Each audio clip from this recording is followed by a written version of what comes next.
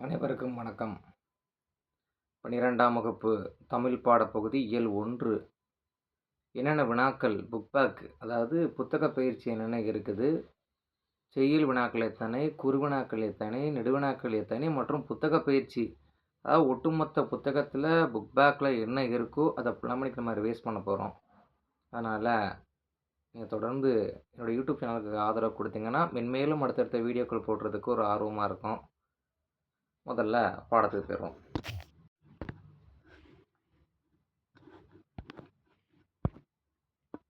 இயல் 1க்கான பிடிஎஃப்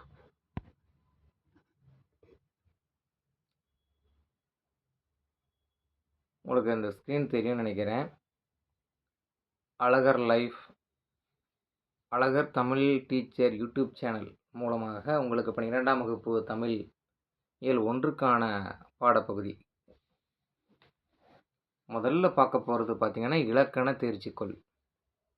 இதனுடைய புத்தகத்தில் பார்த்திங்கன்னா கரெக்டாக 16வது பக்கத்தில் இருக்குது. 16வது பக்கத்தில் இருக்குது பாருங்கள். பிழையான தொடரை கண்டறிக. 4 தொடர் கொடுத்துருக்குறாங்க. அதில் ஒன்றே ஒன்று மட்டும் தவறு. அந்த சரியான விடையை பார்த்தீங்கன்னா உங்களுக்கு பச்சை கலரில் கொடுத்துருக்குறேன். காலையில் பூத்த மல்லிகை மனம் வீசியது. காலையில் அப்படிங்கிறது பார்த்திங்கன்னா பொதுலகரம் கொடுத்துருக்குறாங்க. அதே மாதிரி பூத்த மல்லிகை மனம் வீசியது. மனம் அப்படிங்கிறது 3 சுழி ந வரணும். இந்த இடத்துல 2 சுழி ரன்னகரம் வந்திருக்கு, டன்னகரம் வரணும். அந்த விடையை பார்த்துக்கிடுங்க. இது 1 மார்க்லையும் கேட்கலாம், 2 மார்க்லையும் கேட்கலாம். பிழையான தொடரை திருத்தி எழுதுக அப்படின்னு சொல்லி கொடுத்துருக்கலாம். 2வது கேள்வி, பேச்சு தமிழில் அமைந்த தொடரை தெரிவு செய்க. அவருக்கு நல்லது கெட்டது நல்லா தெரியும், நன்றாக தெரியும்னு வந்திருக்கணும். இதையும் பார்த்தீங்கன்னா 2 மார்க்லையும் கேட்கலாம், 1 மார்க்லையும் கேட்கலாம். முடிந்தால் தரலாம், முடித்தால் தரலாம். இது அடிக்கடி கேட்கக்கூடிய ஒரு வினா, ரொம்ப ரொம்ப முக்கியமான ஒரு கொஸ்டின். முடிந்தால் தரலாம்னா தன்னால் இயன்றளவு உதவி செய்யலாம். முடித்தால் தரலாம் அப்படின்னா கம்பல்சரி, அதாவது கட்டாயமாக கொடுக்கணுங்கிற மாதிரி பொருள். அதனால் உங்களுக்கு பிடிச்ச அவ்வளோ ரொம்ப எளிதான ஒரு வார்த்தையை நீங்களே எழுதலாம். அப்புறம் தமிழ் மொழியில் பிழையின்றி எழுதுவதற்கு மேற்கொள்ள வேண்டிய முயற்சிகள் தெரியும் உங்களுக்கு. மயங்கோலி சொற்களை பொருள் வேறுபாடோடு புரிந்து படித்தால் போதும். அப்புறம் எழுத்துக்கள் எழுதும்போது வாய்விட்டோ மனதுக்குள்ளோ உச்சரித்தபடியே எழுதுவது மிகச்சிறந்தது. வேகமாக எழுதுவது பிழைக்கு வழிவகுக்கும் என்பதால் கவனமுடன் எழுத வேண்டும்.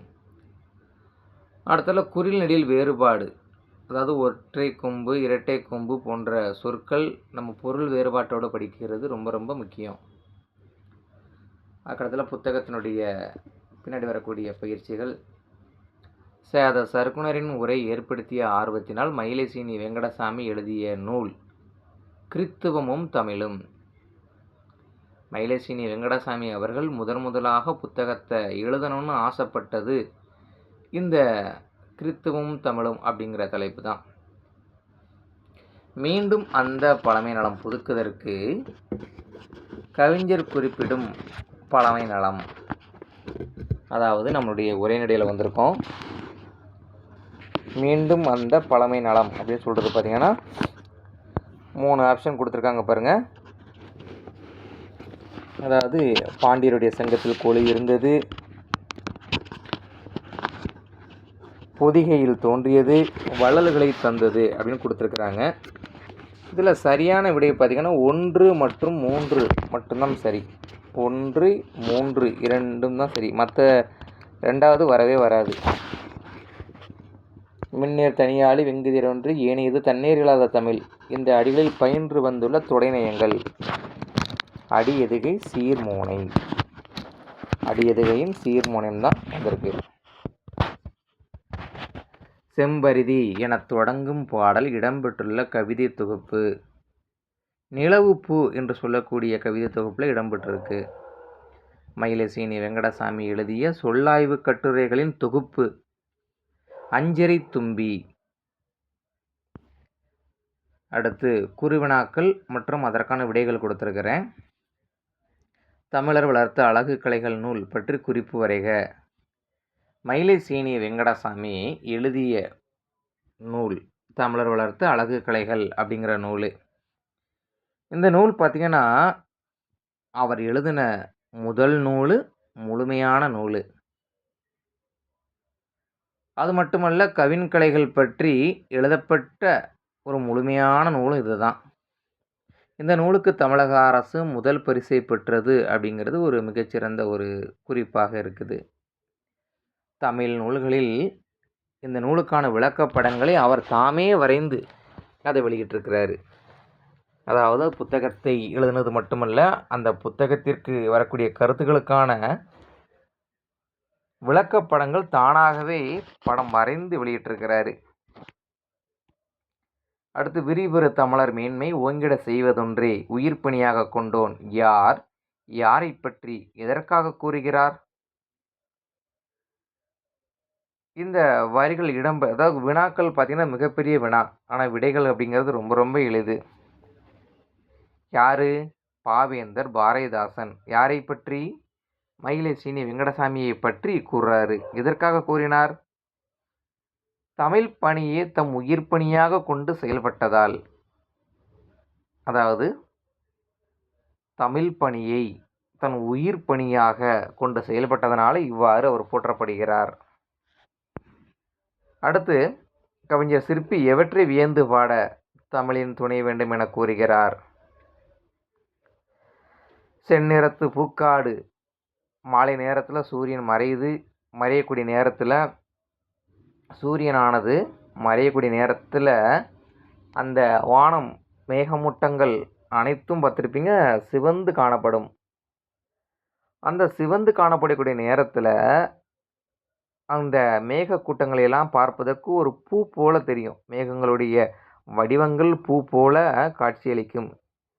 இப்போது பூ அது ஒரு பூ மட்டும் கிடையாது, நிறைய பூக்கள் இருக்கிறதுனால பூக்காடு போல இருக்குது. அதே போல தான் அந்த வானம் எப்படி சிவந்து காணப்படுமோ அதே போலவே உழைக்கின்ற தொழிலாளர்களுடைய கைகளும் சிவந்து காணப்படுது. தொழிலாளர்களுடைய கை சிவந்து காணப்படுது அப்படின்ற வார்த்தையை சொல்வதற்காக இத்தகைய உவமையை சொல்லியிருக்கிறாரு. அது மட்டுமல்ல, உழைப்பாளர்களுடைய பருத்த தோள்களில் வியர்வை துளி முத்து முத்தாக காணப்படுது. இவற்றையும் வியந்து பாட தமிழ் மொழியின் துணை வேண்டும் என கூறுகிறார். விடியல் வனப்பு இரு சொற்களையும் ஒருங்கே அமைத்து இரு தொடர் எழுதுக கேட்டிருக்காங்க. இது ரொம்ப ஒரு சொந்தமாக எழுதக்கூடிய ஒரு கொஸ்டின். ஒவ்வொரு விடியலும் ஒரு வனப்பு தான். வனப்பு அப்படின்னா அழகு. ஒவ்வொரு விடியலும் பார்ப்பதற்கு வனப்பாக தோன்றும். நமக்கு பிடித்த வார்த்தைகளை வச்சு நீங்கள் எழுதிக்கிடுங்க.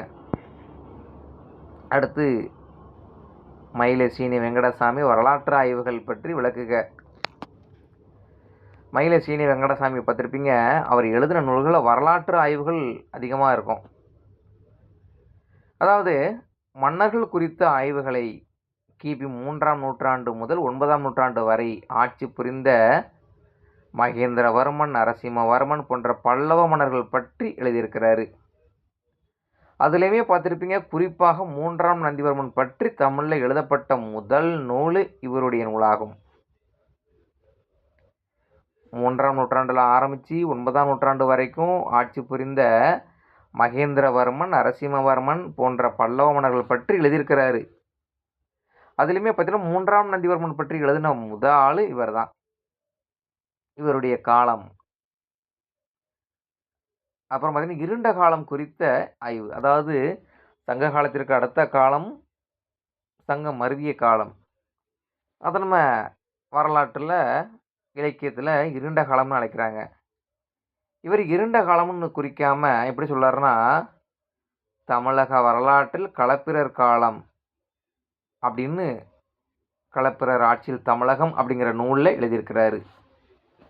களப்பிரர்கள் தமிழுக்கு செய்த தொண்டினை களப்பிரர் ஆட்சியில் தமிழகம் என்ற நூலின் ஒரு புதிய கண்ணோட்டமாக எழுதுகிறாரு.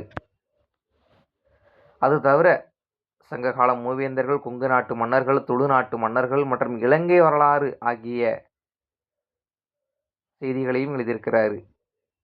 இவர் அரசியல், பண்பாடு மற்றும் கலை வரலாறுகளோடு பதிவு செஞ்சிருக்கிறாரு. செம்பருதி மலைமேட்டில் தலையை சாய்ப்பான், செந்நிறத்து பூக்காடம் மானமெல்லாம். இத்தொடர் வெளிப்படுத்தும் காட்சி நேயத்தை விளக்குக.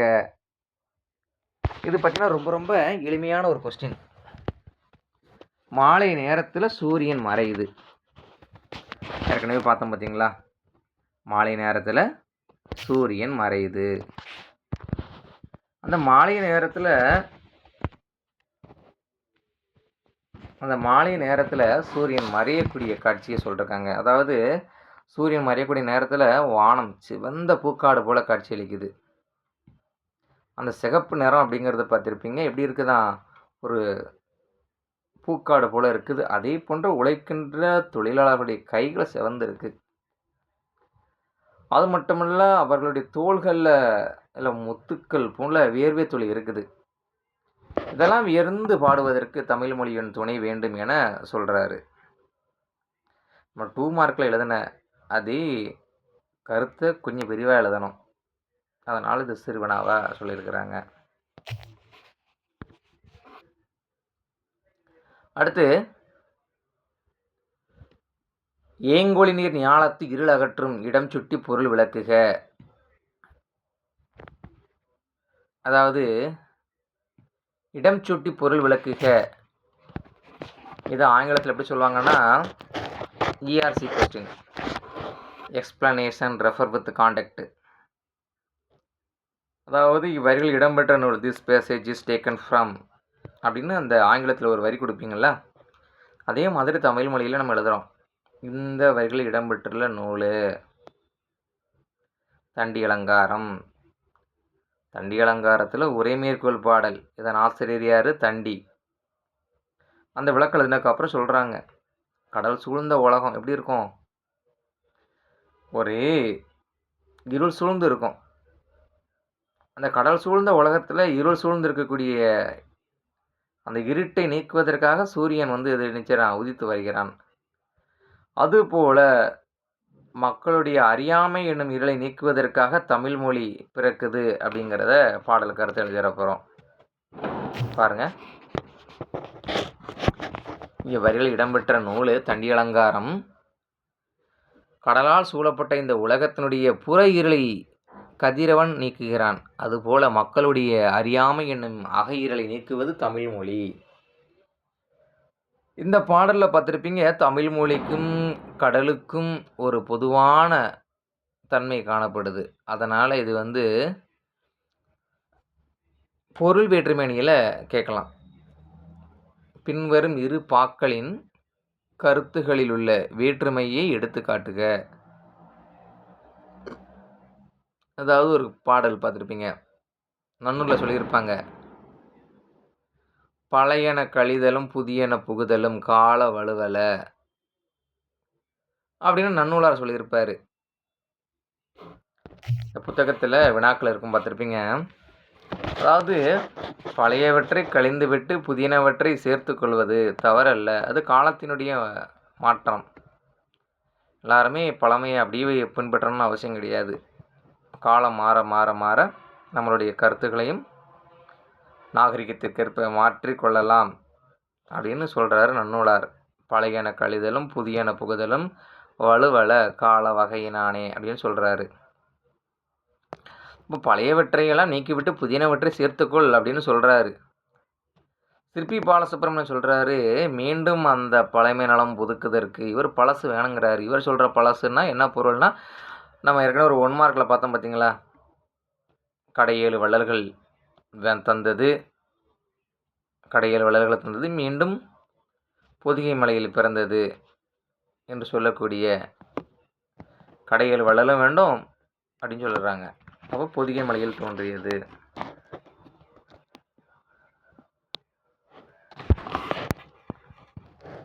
ஒரு நிமிஷம்.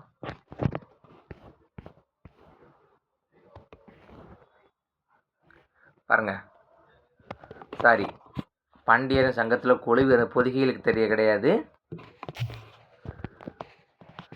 பாண்டியருடைய சங்கத்தில் கொலுவிருந்தது. அப்புறம் கடையேழு வள்ளல்கள். அப்போ மீண்டும் நீ ஒரு சங்கம் வைத்து பல்வேறு புலவர்களை உருவாக்கணும், நிறைய நூல்கள் உருவாக்கணும் அப்படின்னு ஆசைப்படுறாங்க. அப்புறம் கடையேழு வள்ளல்களும் நம்மளுடைய நாட்டிற்கு தேவை அப்படிங்கிற கருத்தை கொண்டு வராங்க.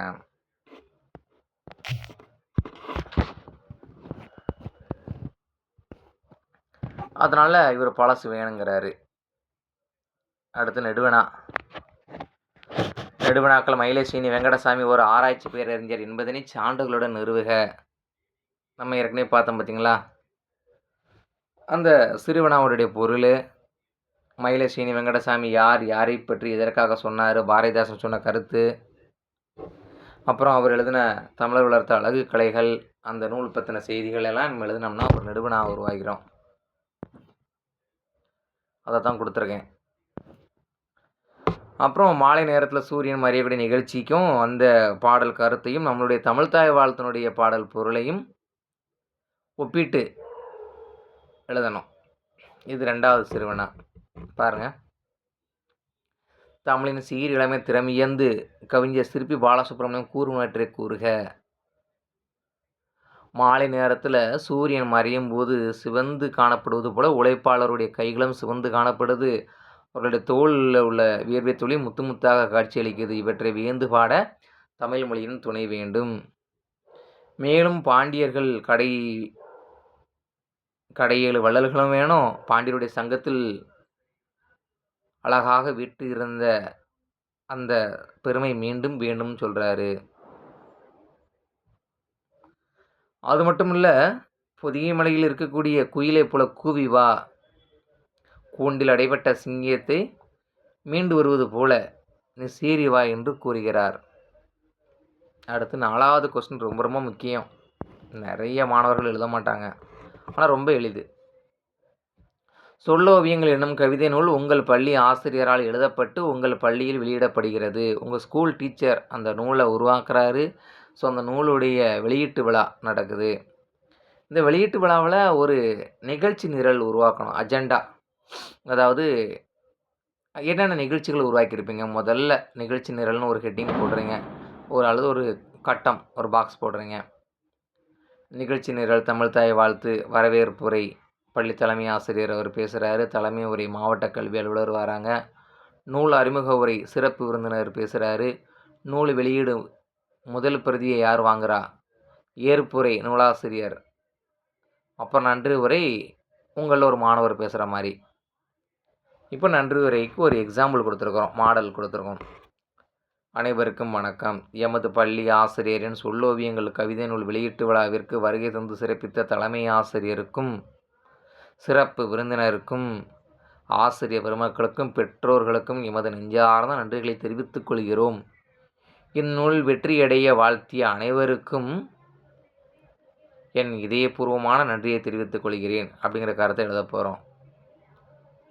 அடுத்து இது புத்தகத்தில் இருக்கக்கூடிய ஒரு கொஸ்டின். தாய்மொழி வழி கல்வியின் சிறப்புகளை பற்றி கேட்டிருக்காங்க. அதாவது என்னென்ன தாய்மொழியில் படித்தா என்னென்ன நன்மைகள் இருக்குது அப்படிங்கிறத நம்ம சொந்த கருத்தாகவே எழுதலாம், ஒரு கட்டுரை. அதையும் கொடுத்துருக்கேன். அடுத்து பக்கம் 19 இருக்குது பாருங்கள், தமிழாக்கம் செய்க. Learning is a treasure that will follow its owner everywhere. கற்றவருக்கு சென்ற இடமெல்லாம் சிறப்பு. கற்றல் என்பது ஒரு செல்வம், அது கற்றவர் அவர் செல்லக்கூடிய இடமெல்லாம் பின்தொடரும். A new language is new life. புதிய மொழி ஒரு புதிய வாழ்க்கை. If you want to people to understand you speak their language. உன்னை பற்றி பிறர் புரிந்து கொள்ள வேண்டுமெனில் நீ அவர்களுடைய மொழியில் பேசு, அப்போ தான் அவங்களுக்கு புரியும். Knowledge of language is the doorway to wisdom. பல மொழிகளின் அறிவு அப்படிங்கிறது பேரறிவிற்கான, பெரிய அறிவிற்கான, ஞானத்திற்கான நுழைவு வாசல். The limits of my languages are the limits of my world. எனது மொழியின் எல்லையே உலக மொழியினுடைய எல்லை. நம்ம எவ்வளவு மொழி படிச்சுக்கிறோமோ அந்த அளவுக்கு உலகமானது நமக்கு விரிந்து காணப்படும். அடுத்து நயம்பாராட்டுக்கு கொடுத்துருக்குறாங்க ஒரு பாடல். நயம் பாராட்டுக அப்படிங்கிறதுக்கு ஏற்கனவே ஒரு வீடியோ பதிவு பண்ணியிருக்கிறேன். இலக்கிய நயம் பாராட்டல் அப்படிங்கிற தலைப்பில். அதை பார்த்துக்கிடுங்க. அதில் ஏதாவது சந்தேகம் இருந்தால் கமெண்ட் செக்ஷனில் வந்து கமெண்ட் கொடுங்க. அப்புறம் ஒரு பத்தி கொடுத்துருக்குறாங்க என்னுடைய புத்தகத்தில். பத்தியை படித்து 5 வினாக்களை உருவாக்குக. அந்த பேராவை நல்லா படிக்கணும். கொடுக்கப்பட்ட பேராவை படித்து ஒரு 5 கேள்வி நம்ம உருவாக்கணும். கேள்வியை உருவாக்குறது பெரிய விஷயம் இல்லை. கடைசியில் வினாக்குறி கொஸ்டின் மார்க் போடணும். அப்போ தான் ஃபுல் மார்க் கிடைக்கும். அடுத்து உவமை தொடர்களை சொற்றொடர்களில் அமைத்து எழுதுக. கொஸ்டினில் கொடுத்துருப்பாங்க, தாமரைகளை நீர் போல. அதாவது தாமரை இலை நீர் போல அப்படின்னு ஒரு வினா பார்த்துருப்பீங்க. நம்ம தாமரை பூவானது எப்படி இருக்கும் அப்படின்னு ஒரு இது பார்த்துருப்பீங்க. தண்ணிக்குள்ளே தான் இருக்கும் தாமரை பூச்செடி. ஆனாலும் அதனுடைய இலை மேலே ஒரு சின்ன துளி கூட மேலே நிற்காது. அதை மாதிரி தான் பெருந்தலைவர் காமராசர் இல்லற வாழ்க்கையில் விருப்பமின்றி தாமரையில நீர் போல பற்றின்றி இருந்தார். அப்துல் கலாம் சொல்லலாம். அப்துல் கலாம் அவர்கள் இல்லற வாழ்வில் தாமரையில நீர் போல விருப்பமில்லாமல் வாழ்ந்தார் அப்படிங்கிறத எழுதலாம். அடுத்து அச்சாணி இல்லாத தேர் போல. ஏன்னா அச்சாணி அப்படிங்கிறது மாட்டு வண்டியோ தேரோ ஏதோ ஒன்று. அந்த தேரானது நகர்ந்து செல்வதற்கு மிகப்பெரிய ஒரு பாதுகாப்பாக இருக்கக்கூடியது அந்த அச்சாணி. அந்த அச்சாணி இல்லைன்னா வண்டி ஓடாது. அதே மாதிரி தான் நல்ல தலைவன் இல்லாத அந்த அணியானது தோல்வியை தழுவியது அப்படின்னு எழுதலாம். உள்ளங்கை நெல்லிக்கனி போல. ஒரு உள்ளங்கையில் நெல்லிக்காவை வச்சோம்னா நல்லா தெரியும். அதே பார்த்துருப்பீங்க, ஒரு உள்ளங்கையில் ஒரு சின்ன ஒரு கடுகை வச்சிங்கன்னா தெரியாது. ஏன்னா கடுகு அப்படிங்கிறது ரொம்ப சின்னது, நெல்லிக்காய் அப்படிங்கிறது பார்த்திங்க ரொம்ப பெருசு. அப்போ உள்ளங்கை நெல்லிக்கனி போல் அப்படின்னா அந்த உள்ளங்கையில் ஒரு நெல்லிக்காவை நம்ம வச்சு பார்த்தோம்னா எல்லாருக்கும் தெரியும். அதை தான் சொல்கிறாங்க, உள்ளங்கை நெல்லிக்கனி போல். இப்போ இந்த உள்ளங்கை நெல்லிக்கனி போலங்க பாருங்கள், உள்ளங்கையில் பாருங்கள், இந்த கையில் நெல்லிக்காய் வச்சு காமிக்கிறேன். என்ன ஆகுதுன்னா நல்லா தெரியுது. இது சின்னதாக ஒரு கடுகு வச்சுருந்தா தெரியாது. அதே மாதிரி எங்களுடைய தமிழாசிரியர் நடத்தும் பாடமானது உள்ளங்கை நெல்லிக்கனி போல. இது வந்து எலுமிச்சங்கனி. ஒரு உதாரணத்துக்காக காமிச்சேன். எங்கள் ஆசிரியர் நடத்தும் பாடமானது உள்ளங்கை நெல்லிக்கனி போல தெளிவாக புரியும் அப்படிங்கிறத நீங்கள் எழுதுங்க வாக்கியத்தில். எலியும் பூனையும் போல. அதாவது நான் ஆர்டராக சொல்லலை, கொஞ்சம் வரிசைகள் மாற்றி மாற்றி படிக்கிறேன் நினைக்கிறேன். எலியும் பூனையும் போல. எலியும் பூனையும் பார்த்துருப்பீங்க, எப்போமாவது ஒற்றுமையாக இருக்காது. அதே மாதிரி நானும் என் நண்பனும் எலியும் பூனையும் போல சண்டையிட்டுக் கொள்வோம். நானும் எனது சகோதரனும் எலியும் போல சண்டையிட்டுக் கொள்வோம். நானும் என் சகோதரியும் எலியும் பூனையும் போல சண்டையிட்டுக் கொள்வோம் அப்படின்னு எழுதிக்கிடுங்க. அடுத்து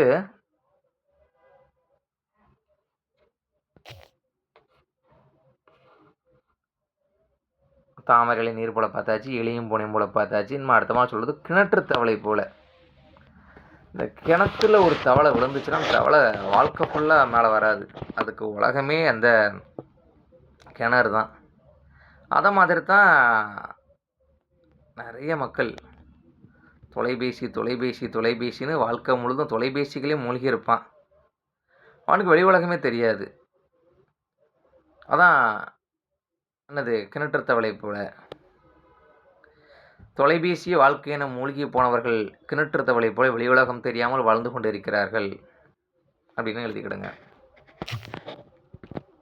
அடுத்து குறிப்புகளில் மறைந்திருக்கும் அந்தாதி தொடரால் கவித்துவமாக்குக.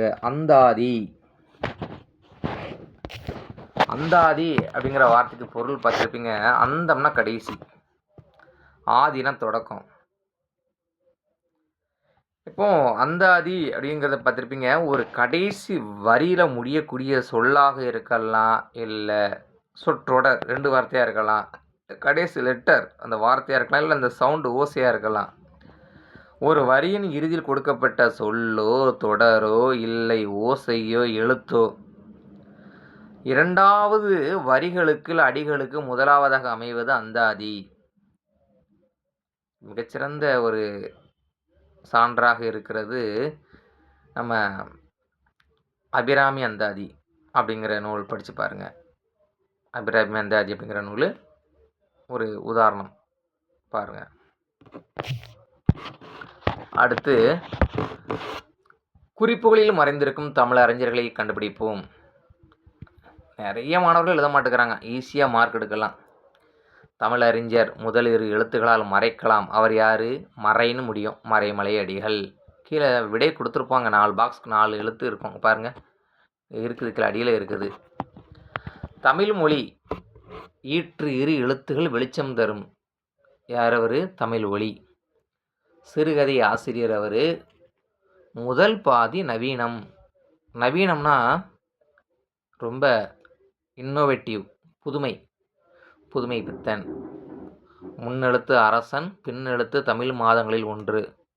கோ தை. கோனா அரசன், தைனா மாதம்.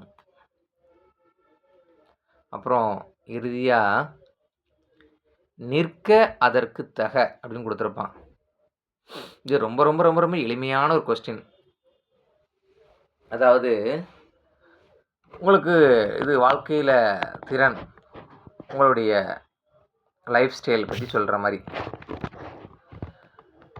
உங்களுக்கு பிடித்த கலை என்ன கலை? அதாவது கரகாட்டம் பிடிக்குமா, ஒயிலாட்டம் பிடிக்குமா, சிற்பம் பிடிக்குமா, ஓவியம் பிடிக்குமா? உங்களுக்கு ரசித்த ஒரு கலை என்ன கலைன்னு கேட்டிருக்காங்க, அதை பற்றி எழுத போகிற. ஓகேவா? அதுக்கப்புறம் 2வது கொஸ்டின் பார்த்துருப்பீங்க, நீங்கள் எந்த கலையில் வல்லவர்? நான் ஓவிய கலையில் வல்லவர், நடன கலையில் வல்லவர், இல்லை பாடுவதில் வல்லவர். உனக்கு என்னுடைய கருத்துக்கள் எதுனா போதும். அப்புறம் லாஸ்ட்டாக ஒரு கொஸ்டின் கேட்குறாங்க, பொழுதுபோக்காக நிறைய பேர் பார்த்துருப்பீங்க, நிறைய நாணயங்கள், காயின்ஸு சேர்க்கக்கூடிய பழக்கம், இல்லை அஞ்சல் தலைகள் சேர்க்கக்கூடிய பழக்கம் இருக்கும். அது மாதிரி உங்களுக்கு ஏதாவது பொருளை சேர்த்து வைக்கக்கூடிய பழக்கம் இருக்குதா? இருந்தால் அதை பற்றி கொஞ்சம் சொல்லுங்கள். நிறைய பேர் பார்த்திங்கன்னா மேப்பு, வித்தியாசமான மேப்பு, நகரங்கள், தலைநகரங்கள், அப்புறம் கோவில்கள், இது மாதிரி வித்தியாசமான தலைப்புகளை சேர்த்து வைப்பாங்க. அது மாதிரி நீங்கள் என்ன தலைப்புகளில் உள்ள கலெக்ஷன் வச்சுருக்கீங்க கேட்குறாங்க. அடுத்து படிப்போம், பயன்படுத்துவோம். ஆந்த்ரோபாலஜி அப்படின்னா மானுடவியல், ஃபைன் ஆர்ட்ஸ் கவின் கலைகள், ஆர்கியாலஜி தொல்லியல், ஃபீல்டு ஸ்டடி கள ஆய்வு, ரிசர்ச்சு ஆராய்ச்சி, எபிகிராஃபி கல்வெட்டியல். எபிகிராஃபினா கல்வெட்டு. அவ்வளோதாங்க, 1வது இயல் முடித்தாச்சு. கிட்டத்தட்ட பார்த்திங்கன்னா 1/2 hour கூட ஆகலை. 1/2 hourல ஒரு இயலை முடிச்சிட்டோம். அதாவது ஏற்கனவே படித்த பசங்களுக்கு நான் சொல்கிறது கொஞ்சம் பயனுள்ள தகவலாக இருக்கும். ஸோ படிக்க முடியாத பசங்க நான் சொல்லக்கூடிய கருத்துக்களை அப்படியே நீங்கள் ஒரு வாய்ஸ் கேட்குற மாதிரியா அது கொஞ்சம் கேட்டு கேளுங்க. நல்லா இருந்துச்சுன்னா சொல்லுங்கள், நெக்ஸ்ட் வீடியோ அப்லோட் பண்ணுறேன். நன்றி, வணக்கம்.